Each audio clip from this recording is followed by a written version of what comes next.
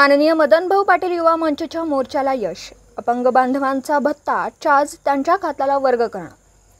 माननीय आयुक्त सो सांगली, मिरज आणि कुपवाड शहर महानगरपालिका सांगली अपंगांना शासन निर्णयानुसार सेवा सुविधा मिळण्याबाबत.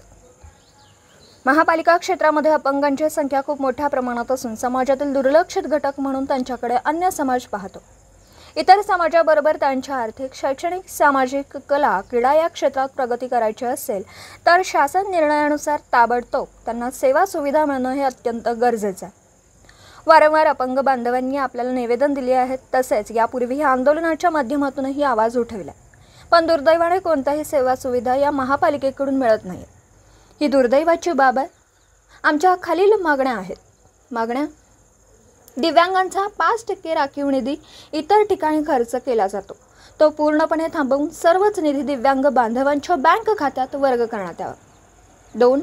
महानगरपालिका क्षेत्रातील दिव्यांगांना सार्वजनिक ठिकाणी व्यवसाय करण्यासाठी गाळे उपलब्ध करून देण्यात यावेत. 3. दिव्यांगांना विनाअट घरकुल मंजूर करण्यात यावे. 4. पिंपरी चिंचवड महानगरपालिकेच्या धर्तीनुसार पेन्शन योजना दिव्यांगांना देण्यात यावी. 5. दिव्यांगांना सांगली, मिरज, कुपवाड क्षेत्रात दिव्यांगांचे विरंगुळा गार्डन करण्यात यावे. 6. दिव्यांगांना सार्वजनिक ठिकाणी दिव्यांगांचे विशेष शौचालय निर्माण करण्यात यावे. 7. दिव्यांगांची घरपट्टी कर माफ करण्यात यावेत. 8. दिव्यांग खेळाडूंना प्रोत्साहनात्मक मानधन दरवर्षी देण्यात यावे. 9. दिव्यांग खेळाडू कोणत्याही स्पर्धेत सहभागी होत असलेल्यांना जाण्या येण्याचा प्रवास भत्ता देण्यात यावा. 10. महानगरपालिका क्षेत्रातील दिव्यांगांसाठी फिजिओथेरपी सेंटर कायमस्वरूपी अद्ययावत चालू करण्यात यावं, जेणेकरून दिव्यांगत्व कमी करण्यात येईल. 11. महानगरपालिका क्षेत्रातील विविध कंपन्यांमध्ये, मॉलमध्ये तसेच महानगरपालिकेमध्ये दिव्यांगांना 5% आरक्षणानुसार नोकरी देण्याची व्यवस्था करण्यात यावी. 12. महानगरपालिका क्षेत्रातील जे दिव्यांग बेड रेस्ट आहेत त्यांचे आधार कार्ड काढण्यासाठी मोहीम राबवण्यात यावी. 13. महानगरपालिका क्षेत्रातील दिव्यांगांचा ऑनलाईन पोर्टल सर्वे करण्यात यावा. 14. दिव्यांग सक्षमीकरण कार्यालयात दिव्यांग प्रतिनिधीच कार्यालय प्रमुख घेण्यात यावे.